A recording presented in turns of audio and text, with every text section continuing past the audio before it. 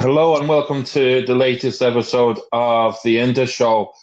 This week, the biggest focus will be on transfers, particularly the fact that the plus Valencia criteria that had to be met was met. It was actually over met in that we had to achieve 45 million worth of plus Valencia, which is not as easy as just selling 45 million worth of players.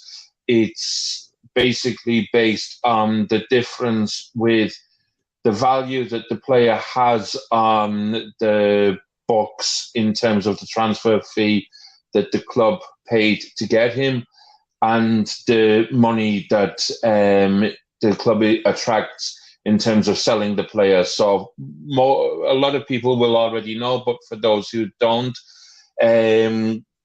Kondogbia's plus Valencia, for example, was only a couple of million because when he was bought, his cost to the club was spread out across a number of seasons, which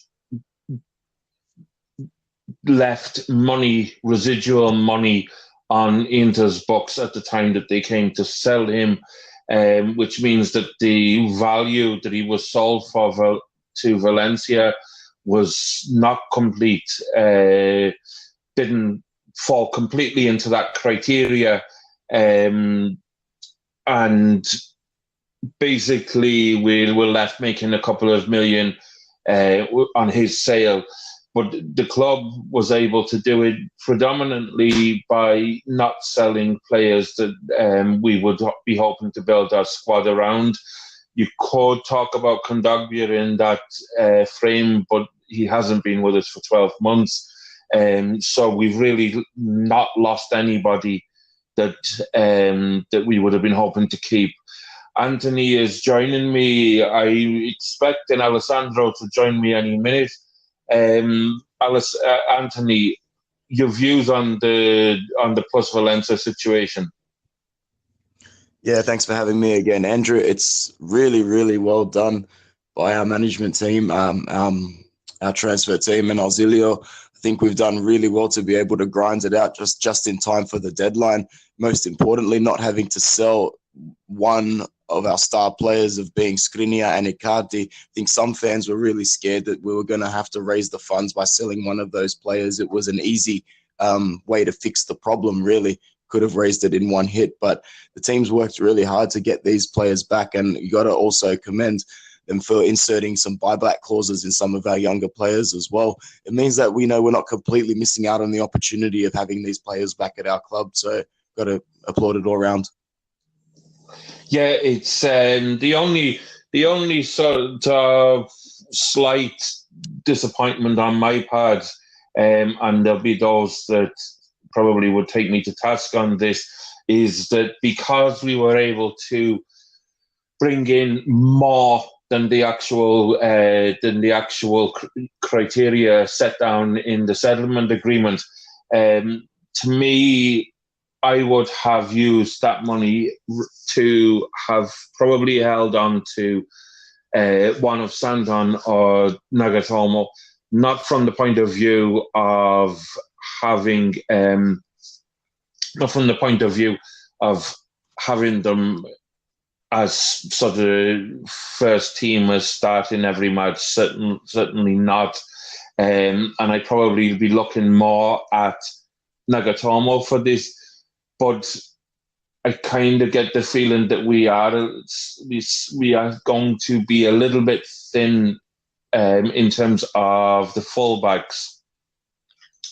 And I just think that holding on to Nagatomo to come in, every so often when, for example, Asamoah is injured or Asamoah is suspended or he's simply tired, there are worse reserve fullbacks in Serie A than Nagatomo.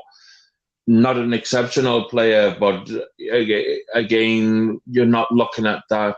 You're not looking for that from a sort of second choice for the role. You're looking for somebody who can come in, do a job, and then drop back out when the main guy is fit and ready again. Anthony, do you think that there's any merit in saying that, or are you happy to see Nagatomo go? Look, I think a lot of fans were looking for a while to get rid of some of this deadwood because it represents maybe a period of time that was pretty dark for us. And getting players like Santon, and I know Biabiani is also off the books as well now, which it's great news for most of our fans, me included. Nagatomo is a gentleman, and he's always behaved like a gentleman, even when he was receiving criticism at the worst of times from some of our fans. So I wouldn't have been against him staying at all. I thought he was a great player, to be honest. And but it looks like he really enjoyed settling into Galatasaray and getting first-team football with a crowd that was really appreciating. So even though I would be for him staying as a reserve, I'm actually more happy to see him happy to depart peacefully and enjoy his football elsewhere.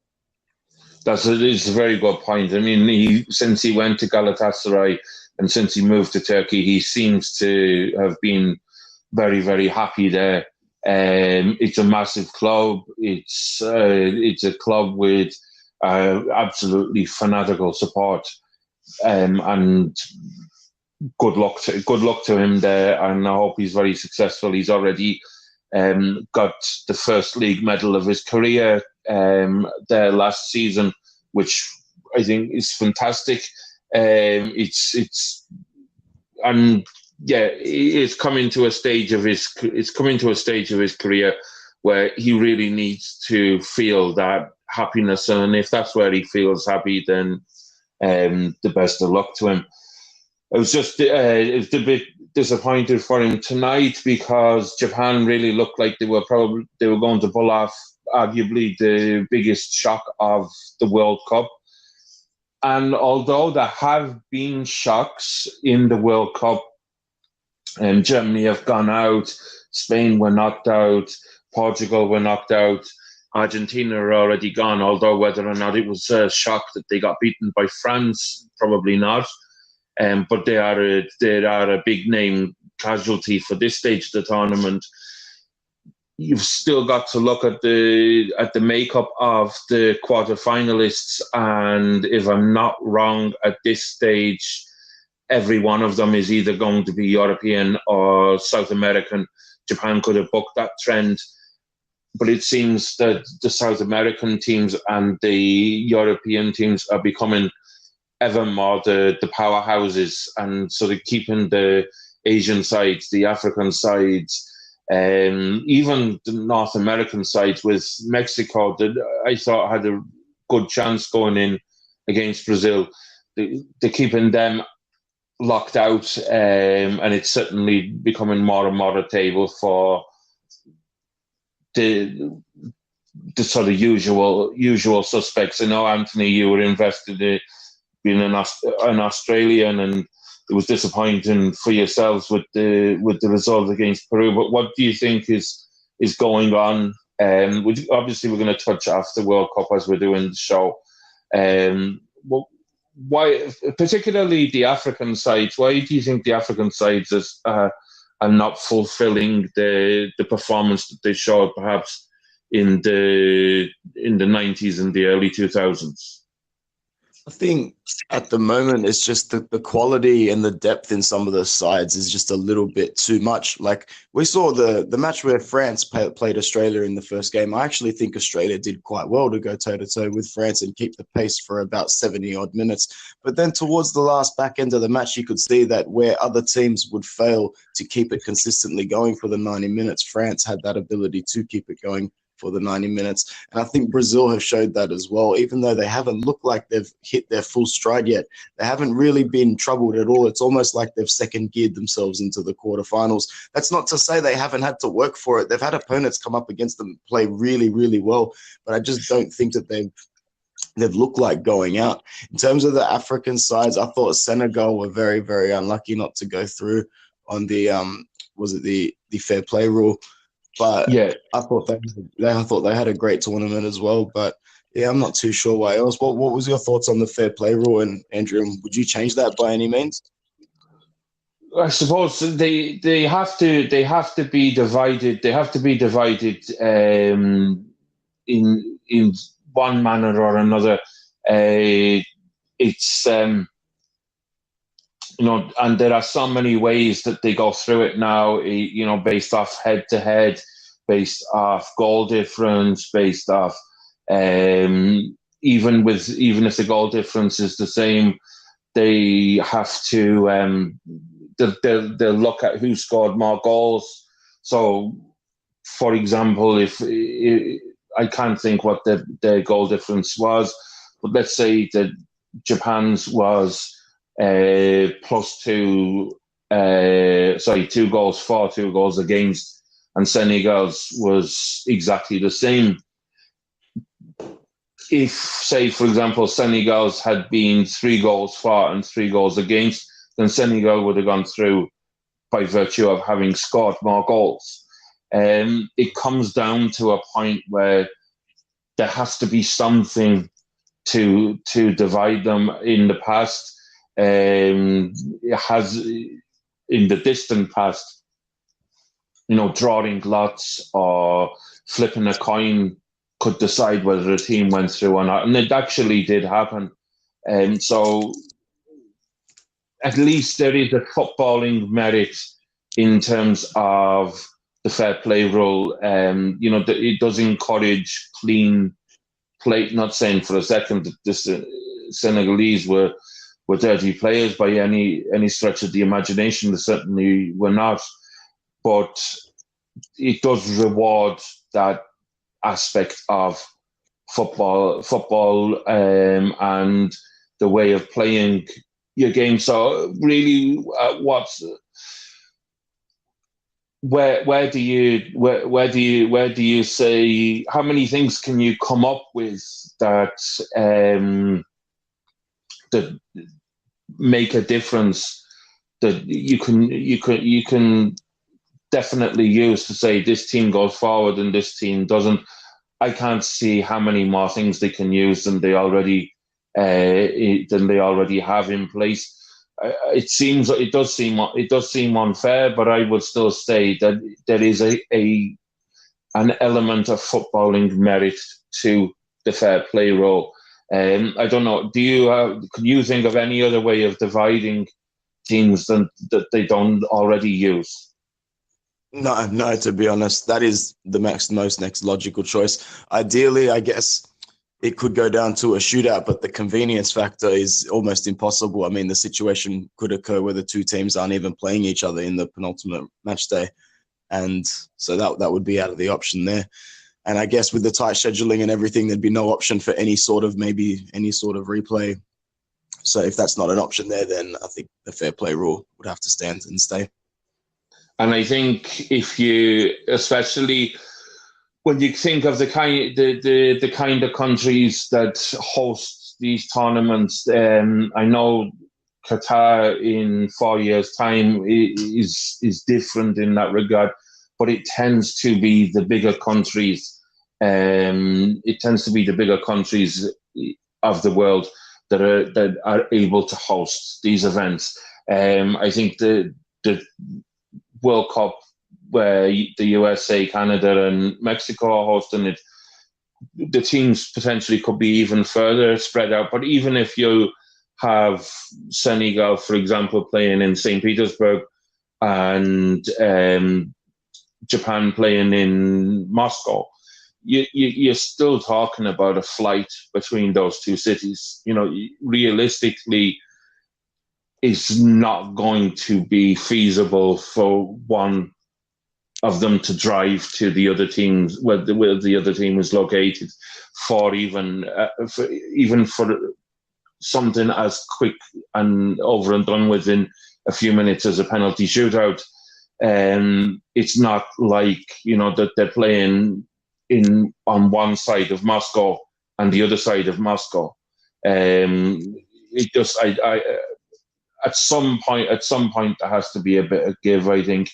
Going back to Inter and the news with Inter, Politano is coming in, and it's a really, really busy transfer market. And I was thinking to myself earlier on today, the one thing that you could say in terms of last season is that the team, I would argue that the team slightly overperformed in so much as at the start of the season, I wouldn't have had them dead on nailed on for the fourth place in terms of the squad that they had and the thinness of the squad that they had. I think going into next season with the transfer market that's already been done and it's not over yet, and there's already talk about Malcolm coming in, the fourth has to be to my view, fourth has to be an absolute bare minimum line. Anything below fourth with the squad that the team the club has now has to be absolutely unacceptable. And I would even argue that I'd be asking questions if this squad finished in fourth place. You know, we can be very critical of Sonning, we can be very critical of Ausilio, but they've really done their work this summer, and it doesn't look like it's stopping yet. Do you think that they're ready now to push on for the Scudetto next season, or do you still see that as being a building job? And if you see it in that light, would you be happy with fourth place again? I guess just qualification for the Champions League again in a more comfortable sense would be the overall objective next season. But looking at the squad that we've got and the transfers that have come in, as you said, it's been a very busy transfer window. With regards to Politano, it's great to see him sign with an option to buy. You know, he can basically play on the right wing, left wing, and even as an attacking mid. So that makes him very versatile and valuable, and I would be starting him ahead of Kondreva, but to be honest, I don't think he's at that level of quality that we are looking for in terms of starting and being that dynamic in that position. So I think we should be looking to be upgrading the right wing. So if Malcolm was to come, then I think that's a significant upgrade on the right wing position. In regards to the other couple of transfers that I woke up to this morning that are now official, De Vrij and Asamoah are both here, and they both arrived for free. So I need to applaud Ausilio again on that. That's a really, really good deal, in my opinion, to have those both coming in.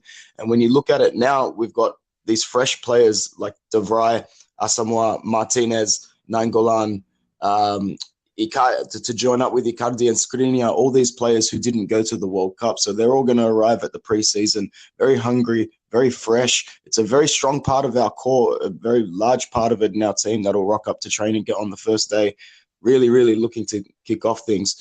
So I think that we should be aiming for a little bit more than that, Andrew. I think that we should be looking just to make the Champions League as a whole, but I don't want this coming down to the last day of the season or to next season. I think qualifying comfortably and maybe even pushing for a bit of a run in at the end of the season would be great. To me, I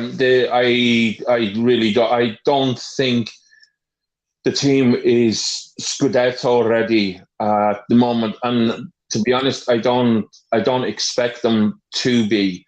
If you look at the signings that have come in, if we manage to sign a right back, which seems to be the main focus now, and a sort of dynamic but strong defensive midfielder, which again looks to be another major target. To me, that is a fantastic transfer window. That's a fantastic bit of transfer business across the summer. And you could really say that in terms of the starting 11, we'd be very, very strong. Where I don't imagine competing for the Scudetto right now is that we just don't have. We still won't have the strength in depth to compete for the Scudetto, in my opinion. If you think of what we have coming in behind Icardi, Martinez might turn out to be an absolutely brilliant signing, but he's still very, very young. So if Icardi gets injured, you're talking about realistically a significant drop. if Nainggolan gets injured, you're talking about a significant drop. Asamoah, the same. Possibly you can get away with it a little bit more in central defence because you've got three top operators. But in terms of the rest of the squad, it just doesn't have that. It just doesn't have that strength. You almost need a second team. If you're going to look at winning the championship, you almost need a second team that can come in and is almost every bit as strong as your main characters. But you've got to be realistic as well and look at where we're coming from. We're not coming from a position of strength. We're coming from a position where we are trying to get strong. We are definitely along that process, and I'm very enthusiastic about it. But also, I think that Spalletti's big job, certainly in the early part of this season, is going to be sheltering the squad from all the talk of the Scudetto that is going to come from particularly the Italian section of the media. I think he's really got to make sure that there is a calmness going through that club and make them realize what is expected of them. Obviously, everybody dreams of winning the championship and the Champions League, but talking to them about where we are in terms of our building, that to me is Spalletti's job in a nutshell going into the next season. Do you think he's up to the task? And do you think that the media will be able to create a negative element going into the start of the season? Yeah, we saw some signs last season of some old ghosts in terms of poor mentality and, not being able to win games that we really should have won. But I do think we turned a leaf last season towards the end, especially obviously with our final fixture. I think the mentality in our club is stronger than it has been in a long time. So I echo what you said before. I don't expect the team to go on to win the Scudetto, but I do think Spalletti is up to the task of getting all these guys really focused, really goal-orientated, and, instilling a winning mentality. Not only that, I feel like there is a really good harmonious relationship between the board and our management and our transfer directors, and everyone seems to be getting along very well.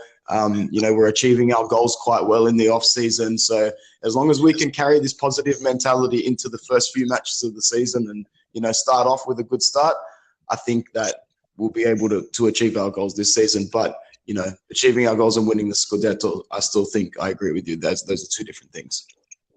The biggest thing this summer for me is, and I've been probably one of Ausilio's biggest critics over the years. And I'll be honest, when Branca was pushed out, I couldn't understand why the club retained Ausilio.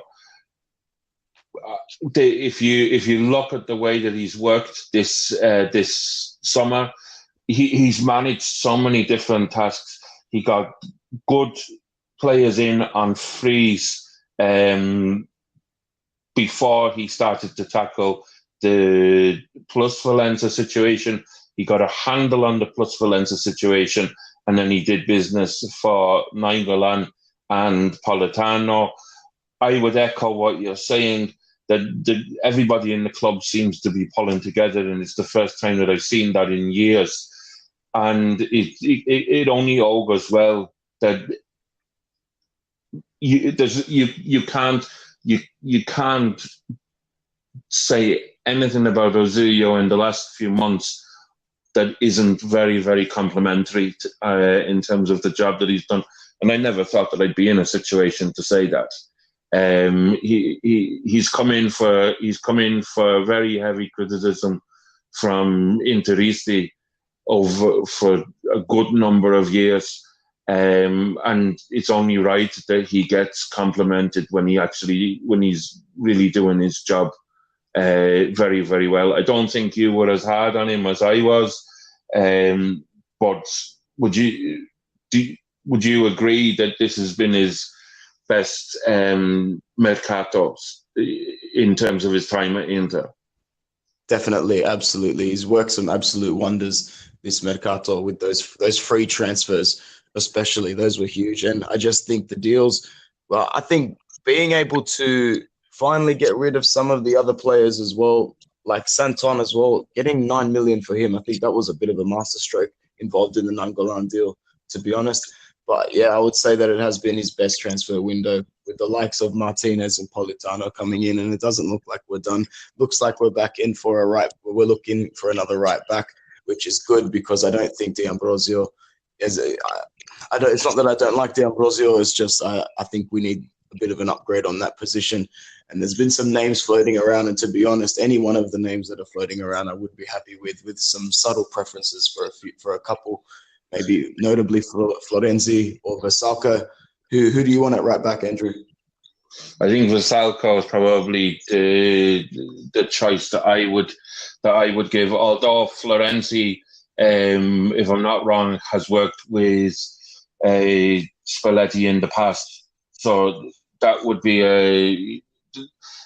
I think as well. I just like Versalco as a footballer, but in terms of Florenzi and the fact that him and Spalletti would be on the same wavelength. Correct me if I'm wrong. As I said, I believe they've worked. I'm pretty sure they've worked together. They'd be on the same wavelength from day one, which would be a fantastic benefit to the team, that Florenzi understands what Spalletti wants and Spalletti understands what Florenzi can offer him. But as I said, I really do like Versalco as a player. But either one of those two, I think I would go for. In terms of D'Ambrosio, I wouldn't criticize him too heavily. I'd probably reflect on him in the same way as I would Nagatomo, in that there are far worse reserve fullbacks circulating Serie A, circulate in any league in the world, than D'Ambrosio. But I don't think he should be your first choice right back.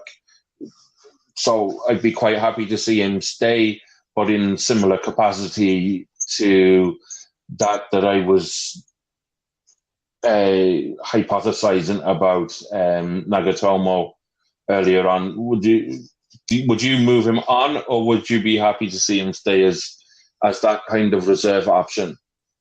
Yeah, absolutely. I don't want to see him go by any means. It's just that if we are looking to bridge that gap with the top teams in Serie A, as you said, your starters need to be almost as good. Sorry, your reserve players need to be almost as good as your starters. And I think D'Ambrosio would be a fantastic second choice right back. But if we are looking to bridge that gap and add that little bit more quality, then an upgrade is really needed on that right-hand side.